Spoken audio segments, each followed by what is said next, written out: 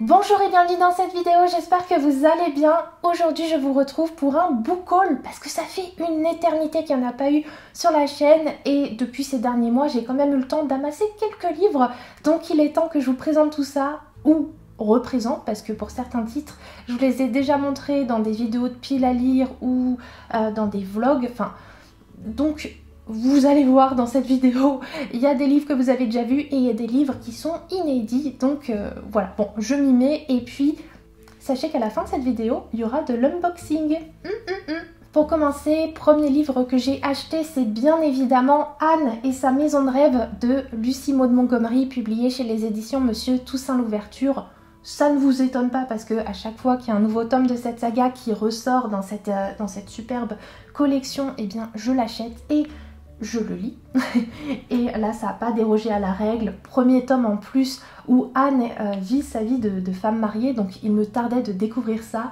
Je ne vais pas vous en dire plus parce que je l'ai déjà chroniqué ce livre-là dans ma vidéo des top lectures de l'été, que je vous mettrai dans le petit si jamais ça vous intéresse d'aller la voir et d'avoir mon avis sur ce que j'ai pensé de ces nouvelles aventures d'Anne. Mais en tout cas, bien évidemment, ce livre-là, il me le fallait, donc je l'ai acheté. J'ai également craqué pour Mémoire de la forêt de Michael Brun-Arnaud, qui est sorti chez l'École des loisirs. Je vous l'avais montré en vlog avec une de mes meilleures amies. On était allé dans la librairie du Renard Doré, puisque Michael Brun-Arnaud est le créateur de la librairie du Renard Doré et aussi du Renard Café. Donc voilà, du coup, on avait acheté ce livre là-bas pour le clin d'œil parce que c'est super sympa et aussi parce que il nous tentait beaucoup. Ce livre va nous raconter l'histoire d'une librairie dans laquelle on peut déposer un livre qu'on a écrit et espérer qu'il soit acheté par quelqu'un. Et du coup, c'est Monsieur Renard qui tient cette librairie. Et un jour, eh bien, il va y avoir un petit souci dans cette forêt où il y a la librairie, c'est que Monsieur Taupe, lui, il y a quelque temps, il a écrit un livre dans lequel il raconte ses mémoires, sauf que justement, sa mémoire commence à lui manquer, donc il aimerait bien récupérer son livre. Et manque de peau, il y a quelqu'un qui vient juste de l'acheter, un mystérieux client qu'il va falloir aller rechercher.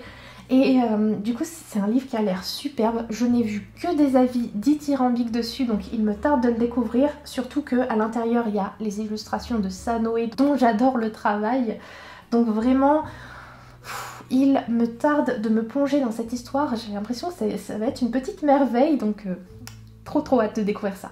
Un autre livre qu'il me fallait aussi absolument, c'était le tome 7 de la saga des 7 sœurs, La sœur disparue, de Lucinda Riley, publié chez le Livre de Poche. Bah oui, parce que quitte à lire les 6 premiers tomes de la saga, autant enchaîner avec ce 7e tome pour connaître toujours et encore plus de secrets autour de cette famille.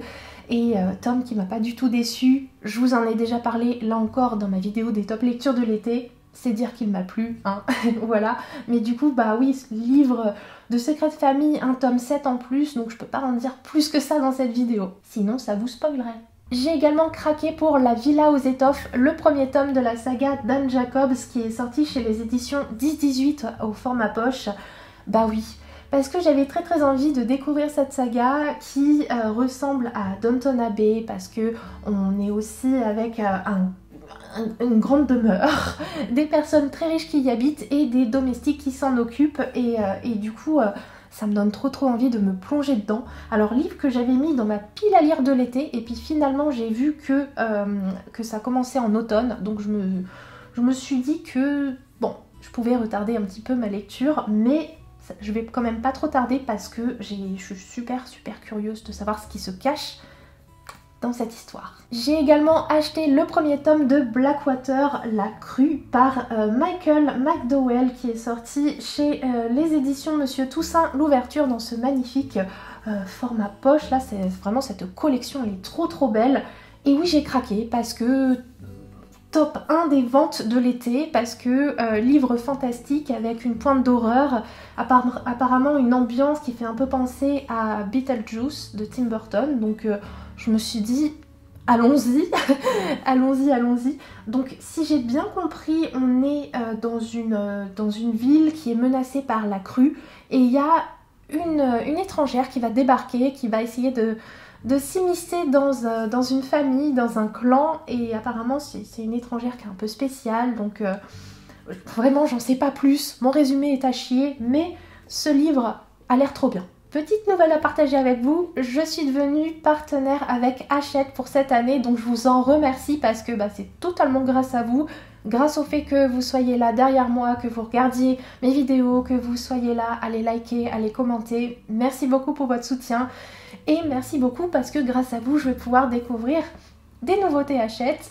Du coup, là, je leur ai demandé quelques livres et merci à eux de me les avoir envoyés. Tout d'abord, il y a Stranger Things Lucas Underline par Suyi Davis, livre qui me tente parce que Stranger Things, je pense que vous connaissez mon amour pour cette série et dans ce livre là en fait c'est assez intriguant puisque on va être vraiment tourné autour du personnage de Lucas. Ça se situe entre les saisons 3 et 4, donc sans spoiler, je vous dirais juste que le personnage débarque au lycée, comme toute la petite bande, et que pour Lucas, ça va être un petit peu le moment où il va avoir envie de se remettre un peu en question parce qu'il va essayer de trouver sa place, il a envie de faire partie des gens cool, et puis en même temps, on est dans les années 80, lui c'est un jeune homme noir, donc comment s'intégrer au lycée ?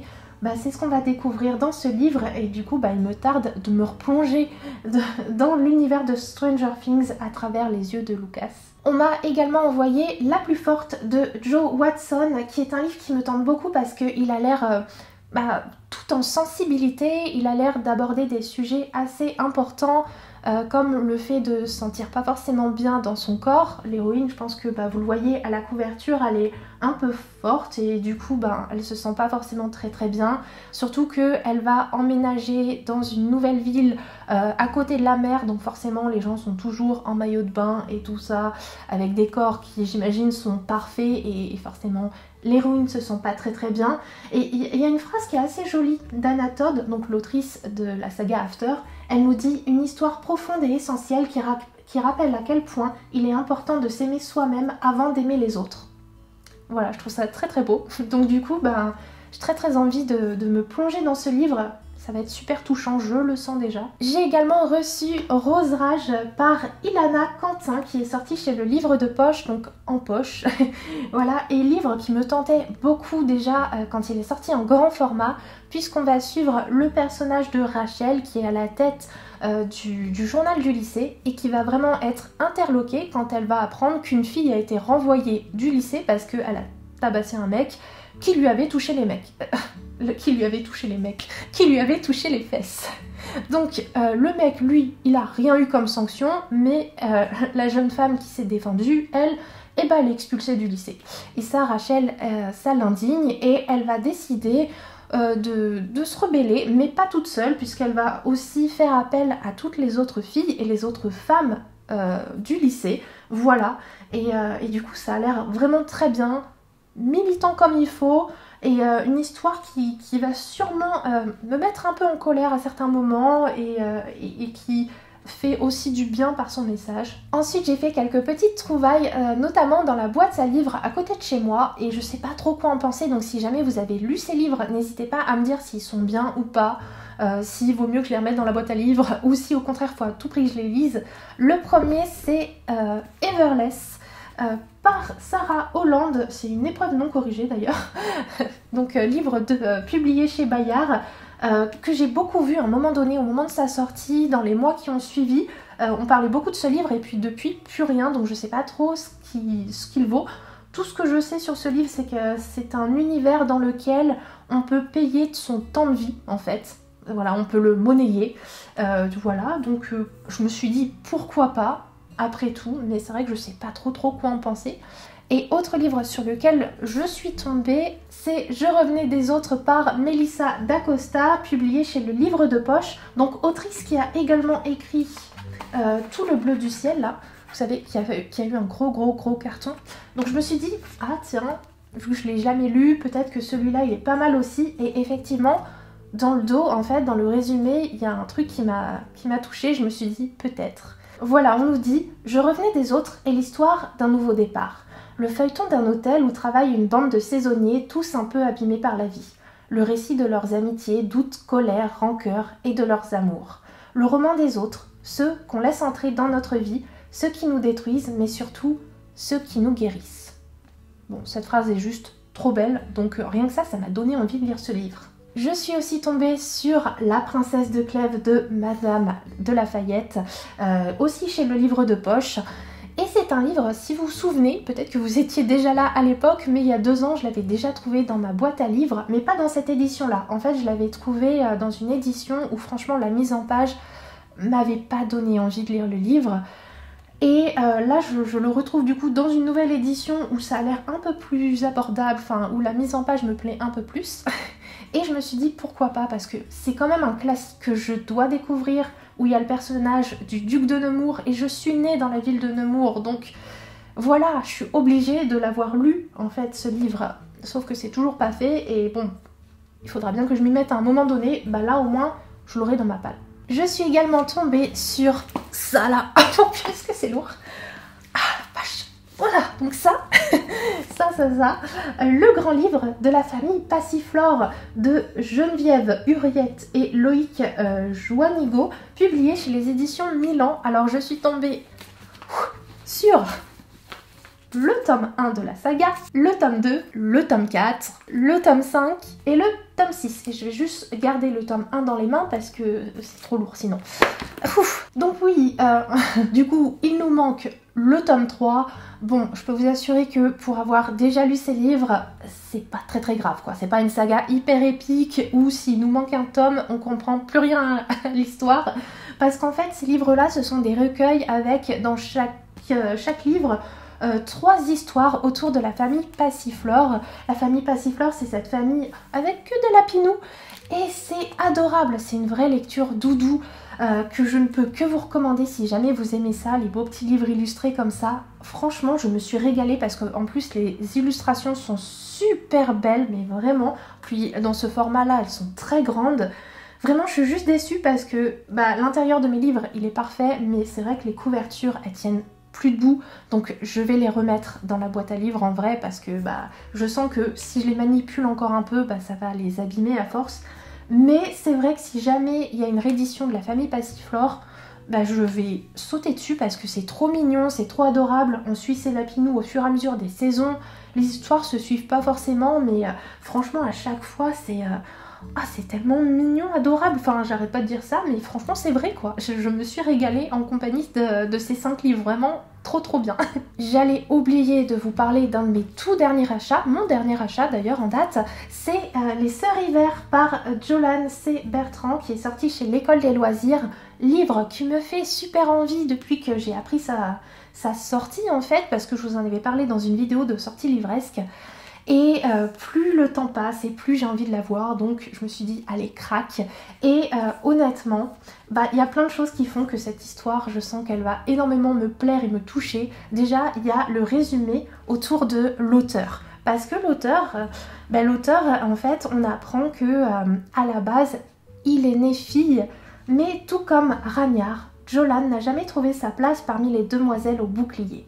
Un jour, il a annoncé à tout le village qu'il était en réalité un homme et s'est choisi un nouveau prénom emprunté à un viking de son enfance.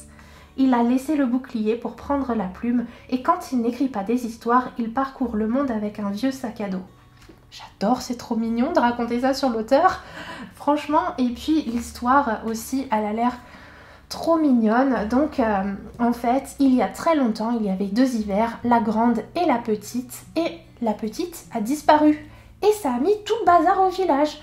Et on va suivre Albert, je crois qu'il va entreprendre un petit voyage pour aller essayer d'arranger les choses. Et si j'ai bien compris, Albert, c'est un enfant qui est un petit peu particulier lui aussi, très sensible et ouais, on parle même un petit peu de santé mentale dans ce livre. Bien sûr adapté à un public jeunesse, mais du coup, déjà le résumé a l'air bien. Je vous en ai pas très bien parlé, mais il a l'air bien. Déjà ça parle de l'hiver, donc c'est forcément bien. Puis en plus, l'auteur est hyper touchant, et puis son personnage aussi, donc non mais ça a l'air juste trop bien. passons à l'unboxing, colis livresque, évidemment, hein, sinon je vous le montrerai pas dans un book haul. Il y a quelques temps, l'une d'entre vous m'a contactée parce qu'elle avait écrit un livre et franchement, elle m'a proposé de le lire et je n'ai pu dire que oui parce que son projet me touche énormément. Il s'agit donc d'un conte fait pour sensibiliser autour de la protection de la faune et de la flore et c'est un conte fantastique, adapté à la jeunesse et en plus de ça, ça va vraiment tourner autour des saisons, à ce que j'ai compris, vu qu'il y a une gardienne des saisons, que c'est un livre qui commence un petit peu avant Halloween et que ça passe par Yule et que ça se termine au printemps. Donc ça a l'air trop bien, je crois que ça nous parle d'un protagoniste qui est féerique et qui ne le sait pas encore mais qui va le découvrir et enfin bref, que des choses qui sont faites pour me plaire et du coup elle m'a préparé une sorte de petit swap et j'ai trop hâte d'ouvrir tout ça parce que ça fait vraiment des semaines que j'ai reçu cette enveloppe et j'en peux plus de l'avoir, enfin de l'avoir fermée. Il faut que je l'ouvre. Alors tout d'abord nous avons une enveloppe blanche toute belle et qui est pour moi, secrète, donc voilà, je me la garde. Merci beaucoup à toi Camille. Et ensuite cette petite lettre verte. J'ai tout fait tomber, j'espère que j'ai rien fait casser. Bonjour Lily, je te remercie d'avoir accepté de recevoir ce colis particulier rempli de féerie et venu d'un royaume quelque peu oublié. Il te faudra pour y accéder ouvrir le paquet 1. Alors c'est le menu du swap.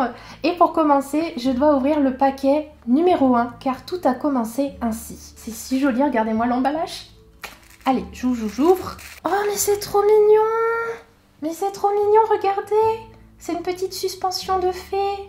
Parce que oui, du coup, vu que ça tourne autour des fées, que les personnages du roman sont des fées. Oh purée, oh purée.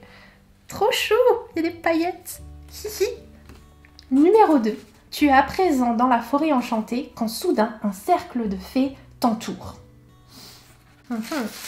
On dirait un bonbon. Oh mais c'est trop choupi. Un petit champignon. Oh c'est trop choupi. J'ai trop hâte maintenant d'avoir mon sapin de Noël et de le mettre dedans.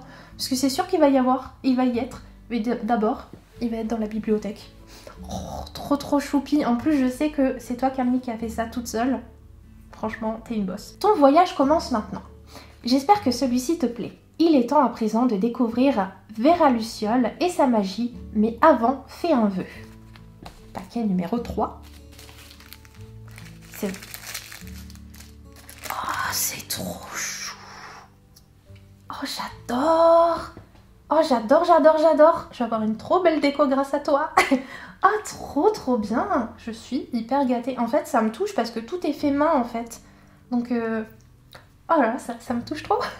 Tu peux ouvrir le paquet 4 et te laisser guider par la féerie des enchantés. Je te souhaite une très belle aventure dans ce royaume aux terres enchantées. Victoria C, exploratrice des terres enchantées. Eh bien, Victoria, très chère, je vais suivre votre conseil et ouvrir ce paquet 4. Oh, cet emballage est bien joli, dis donc. Oh, c'est trop chou. Et voilà le livre. Donc, Charlie et la forêt enchantée, la rencontre des mondes par Victoria C. Livre autopublié, mais si jamais vous êtes touché par la démarche de l'autrice, bien évidemment, en barre d'infos, vous aurez le lien pour trouver ce livre et le découvrir à votre tour, parce que franchement, on est bien d'accord que ça a l'air trop bien. Un petit conte comme ça, fantastique, autour des saisons. En plus, avec toute une thématique écologique. Il me tarde de le découvrir. Oh, il y a un petit marque-tapage qui sort. Oh, trop cool. Trop bien. Bon, encore merci à toi. Merci beaucoup pour cet envoi. Franchement, ça a l'air tellement bien. J'ai hâte de me plonger dedans, vraiment. Merci beaucoup d'avoir pensé à moi. Sur ce, il est temps que je vous laisse. Il y a juste un livre que j'aurais aussi aimé vous présenter dans cette vidéo, mais vu que je ne l'ai pas encore reçu, eh bien, ça sera pour peut-être le prochain vlog. Voilà, je vous montrerai tout ça. Et pour cette vidéo aussi, donc c'est terminé. Je vous fais de gros bisous. Et puis on se retrouve tout bientôt.